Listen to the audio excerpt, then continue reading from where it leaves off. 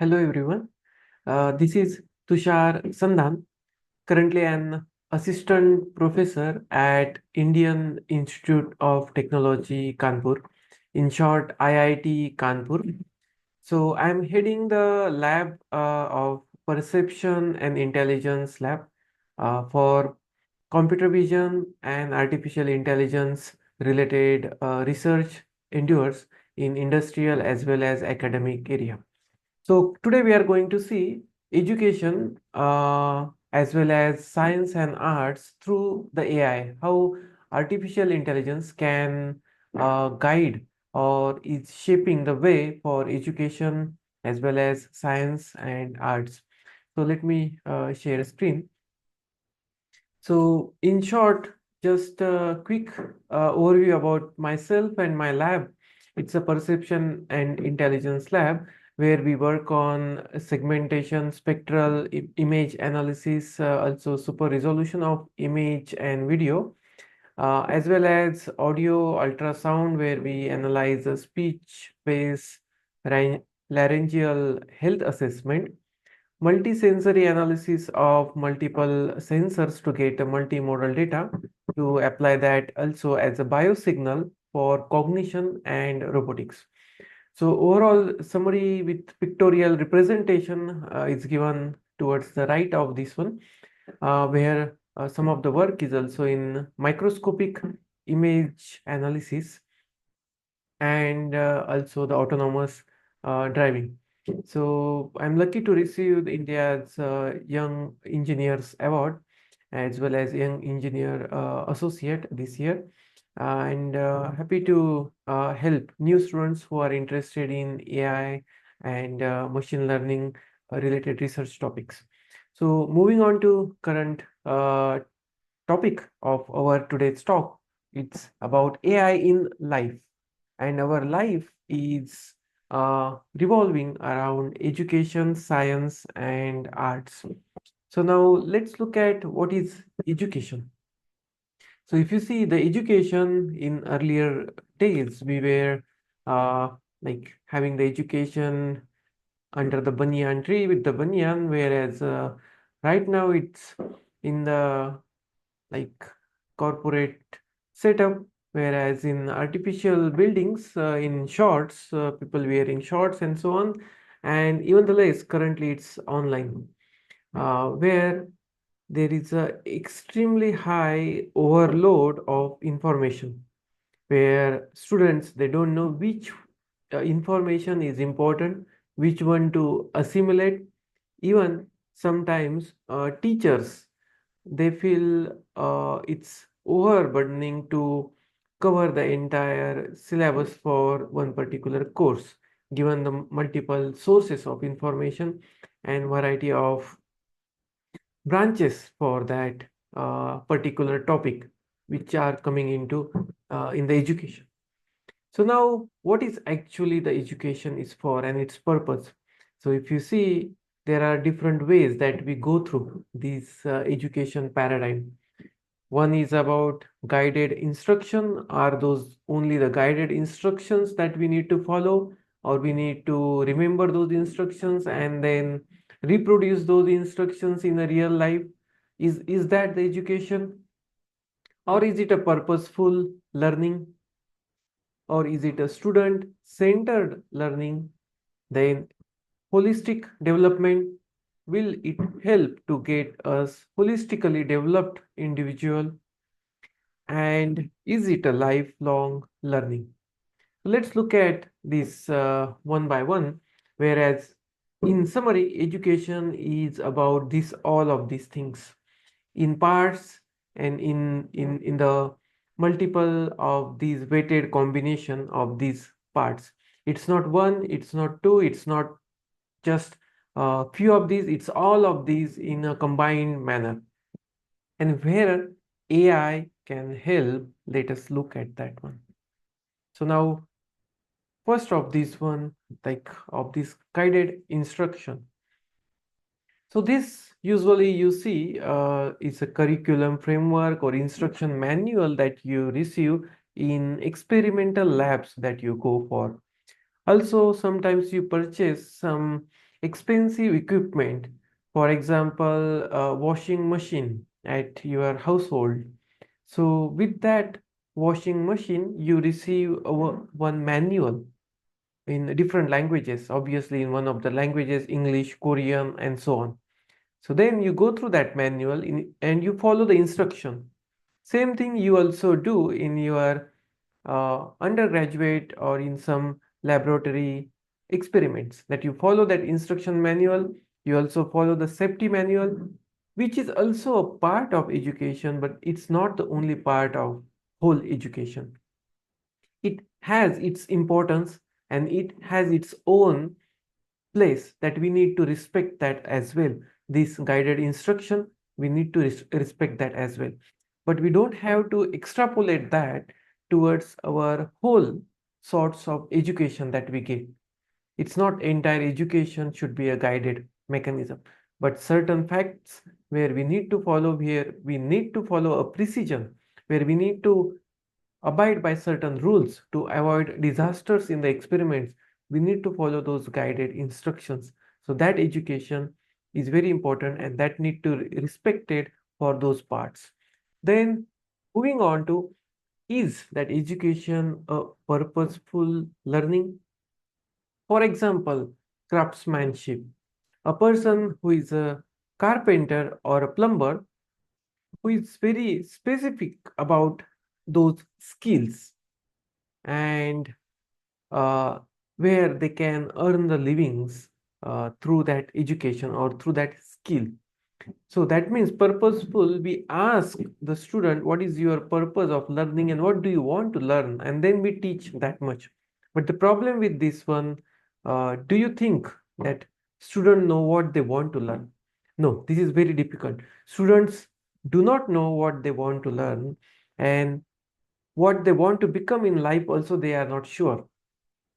So purposeful learning, purpose should come through the experienced person, who are your teachers, who are the committee who establish the syllabus for that whole education system.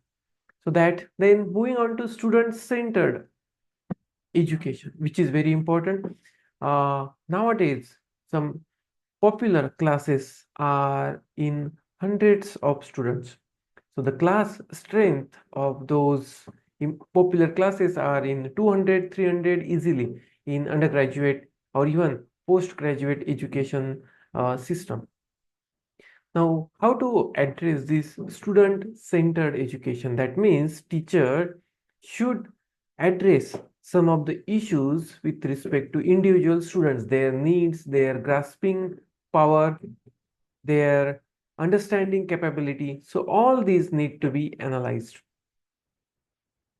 So how to assess these needs, where we have student to teacher ratio around 100:1. So there is one teacher for 100 students. Now here you can see how AI can help. That's the way artificial intelligence can be incorporated in a very seamless and effective manner. I'm giving a simple scenario where students' class engagement analysis can be done. So for privacy purposes, the students and the teacher are segmented out and it's kind of blurred out. So here in the student uh, teacher learning scenario in the classroom, you can see the students are seated on these benches where we have front two cameras and where we have one back camera as well to look at the teacher as well. So with respect to that, obviously privacy of students and teacher are all preserved. And from that, we can have multiple uh, assessments automatically evaluated through the AI. For example, just the facial recognition, behavior identification, skeleton detection. So some of these parts will help whether the students are distracted, are they concentrating, or some effective way are they participating in the discussion of the teacher. And this is not limited by the number of people. AI can handle easily all these quantitative assessment of the student. And that gives a real time or at least live feedback to the teacher how the class is going on, what is the material that teacher is covering, its difficulty level in terms of students reaction, and then accordingly teacher can adjust his pace of teaching, and also can add some more relevant examples to the difficult topic that he is covering for. So it's very important to use these artificial intelligence technique to have a class engagement as well as class assessment. Then holistic development. So education is all about this one: physical, social, cognitive, and emotional development of the students. So its education is just not transmission of knowledge, but it's beyond that. So from how to quantify these cognitive aspects, or how to assess the cognitive load or demand and response from the student. So this is helpful that we just saw from the face or from the eyes. So just to give one example, if you are teaching in the class and some student is dozing off or he is yawning, then that does not signify that student is disinterested in your topic. But it may be because of previous night, he might be working late for doing some other courses assignment, or maybe working late night for extra project, and somehow he uh, kind of woke up early for your class and still willing to pay attention but yawning in the class. So this whole scenario need to be analyzed. It's not just the disinterest from the student. So students are also very respectful for many of the important educational contents. So now here AI can help us where what is the actual matter in terms of the class content, in terms of the student response. Now, lifelong learning. So for lifelong learning, this is it instills a love for learning. It promotes the curiosity. It equips our students with necessary skills. Now it needs critical thinking, creativity, and adaptability. So these skills need to be evolved in the student. So that is where the lifelong learning can happen for a student, and that is the main goal of this education.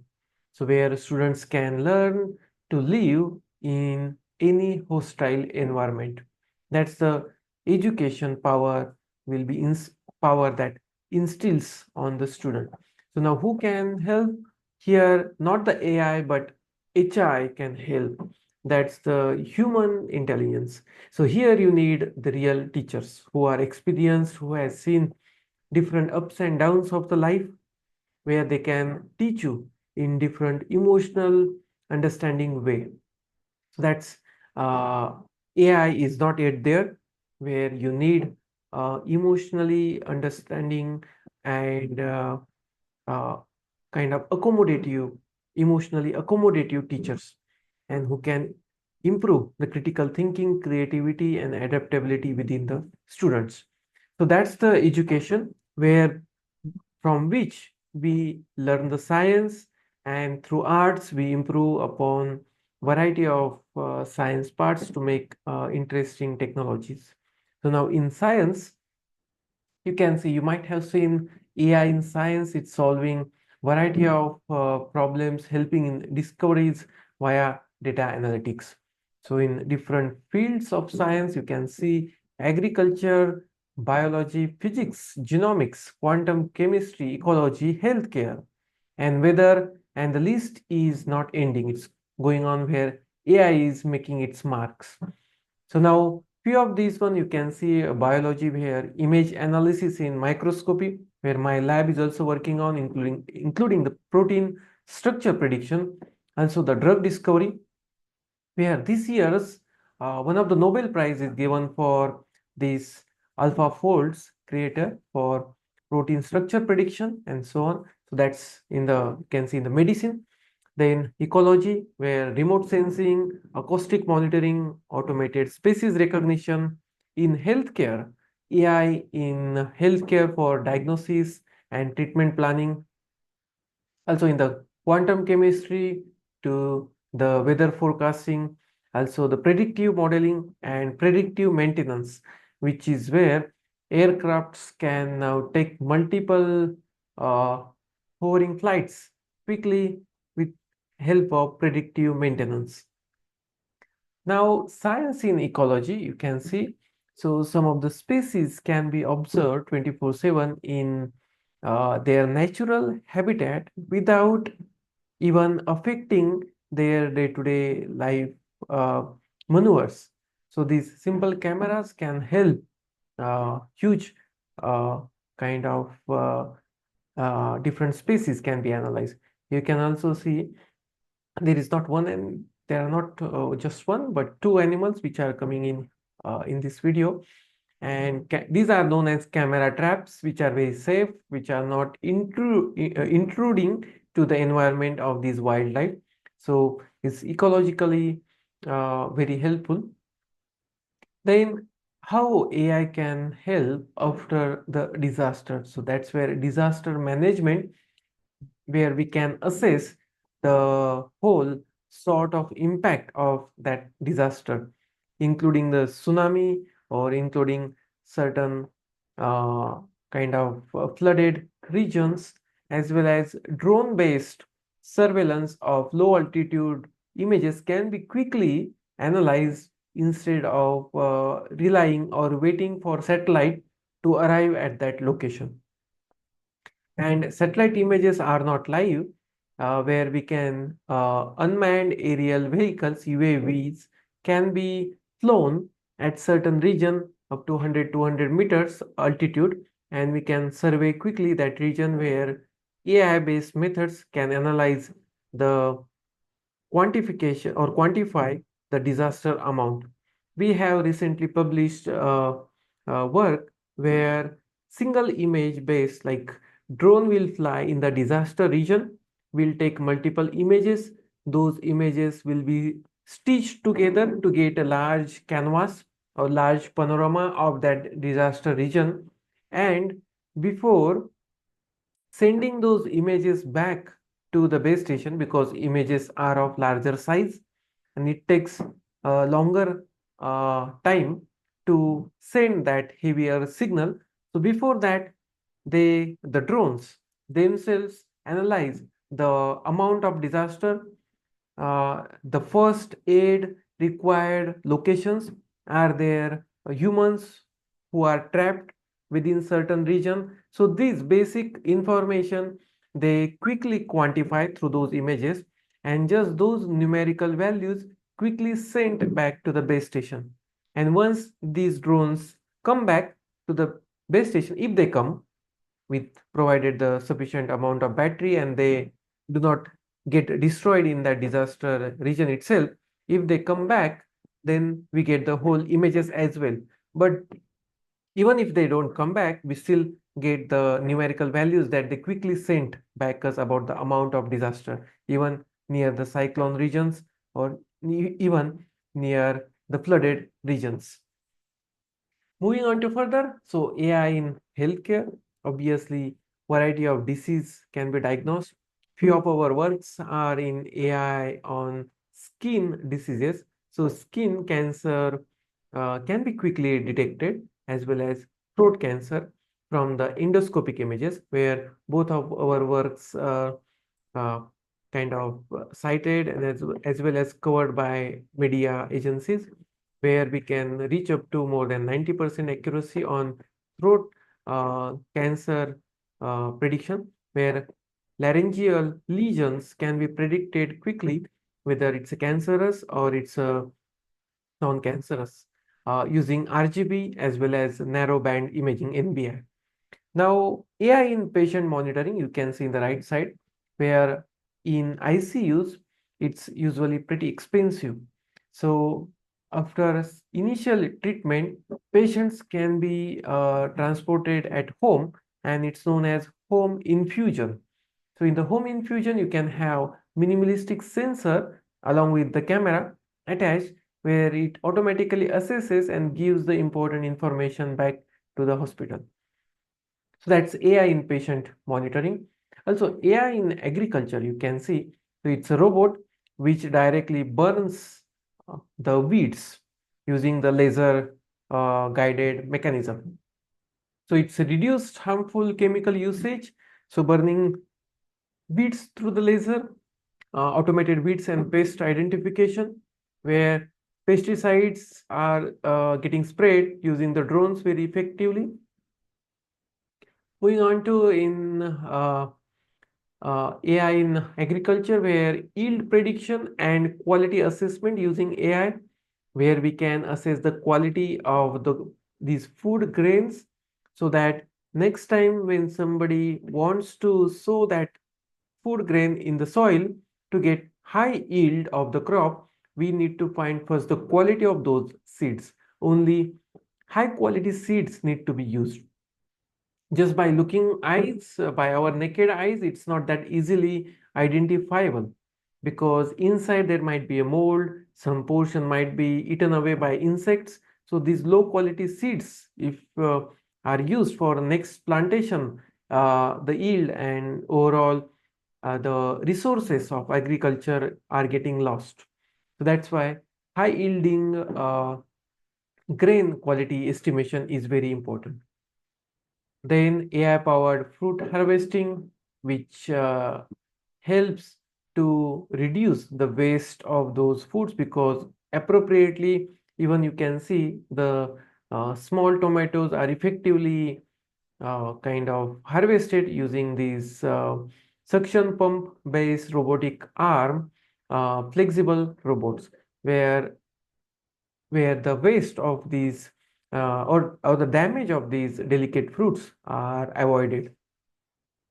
Now in the arts, if you see the first image, it's a traditional Indian uh, kind of Shakuntalam painting, where it's in the Van Gogh style painting. It's generated by OpenArt AI. Also, very expressive oil paintings of this basketball, as well as a natural cartoon is generated by AI. These are DALI version 2 and DALI version 3. That's the AI based generative image generators, AI based generative AI algorithms. And these are pretty vividly looking realistic images in the arts. So now you can see this image. It's so AI is useful in arts to embrace the creativity and prompt inspiration. So now here, these theater de opera special, this image is generated by AI called Midjourney.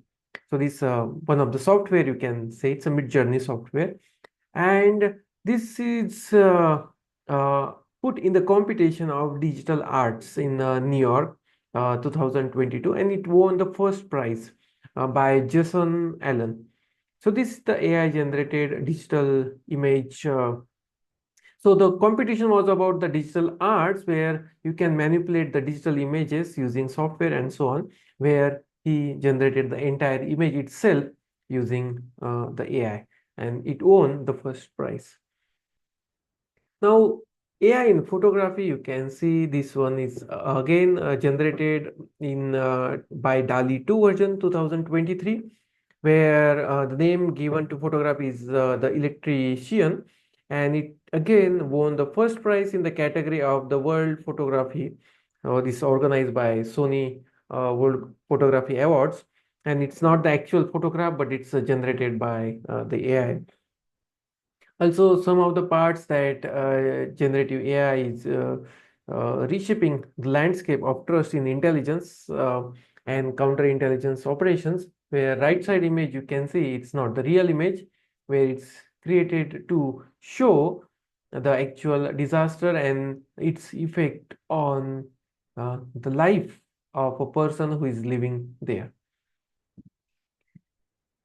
Where in photography, So photography is all about creativity, authenticity, and so on. And when a photographer is waiting for that one important moment, and within that, some obstacle or some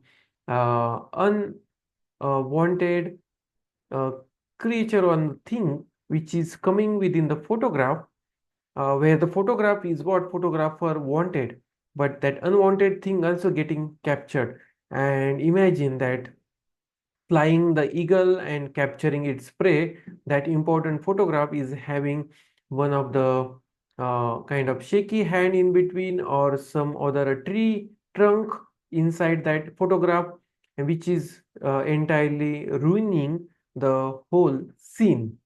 Then AI can be used to just remove that unwanted thing. You can see in this image where the entire pole spot is removed, other cars are also removed, and other participants or the people who are sitting near that Colosseum is also entire portion is removed, and you can see the clear image is obtained. So in a similar way, one can use AI for improving your photographs by removing some unwanted things. Then AI in sculpting, where entire sculpture can be created through AI activities. You can see these multiple sculptures and multiple parts are created with respect to AI algorithm. And one of them, the most pleasing, can be selected for the final our sculpturing output. Also, some of the minute artifacts can be removed or can be added to make it realistic sculpture. So that's a human artifacts which can be also added within the sculpture. Now, AI in architecture, where important architectural construction parts can be created. For example, this was the early stage urban planning by adopting this Autodesk format. So it reduces the volume of studies from time to time from 2 days to just 1.5 hours to construct a dam or to construct the inside the dam so that the flow damage to the whole bed of that water flow will be reduced. So that's the benefit of AI. Whereas Finch, this they utilize AI and the graph topology to improve and to improve their design and also to avoid any kind of damages or any kind of errors in that design quickly. Now AI in music. So if you can hear that Beethoven's uh, kind of art, or this one you can also convert using the MuseNet as the AI model to any of the new musicians kind of piece or its art of music. So one style of a music can be converted into the another style of music, like the picture that we saw, like picture style from one style to another. Same thing, music style from one style to another can be converted, provided its words or its lyrics are preserved. So you can preserve the lyrics, whereas you can convert the music arts. So in overall, so it's interactive, lively education. That's what AI can also put into its efforts and give much color in our life. So instead of literal meaning, we should focus on transferring a semantic meaning from one to another. This is how the semantic meaning of these arts from Van Gogh to Picasso to Michelangelo and Monet is getting transferred to this just apple, where initially Newton got its idea from the apple. So it's not just that. You can get your creativity, you can get your arts and your science through the apple. So thank you all. That's all from my side. See you around. Thank you.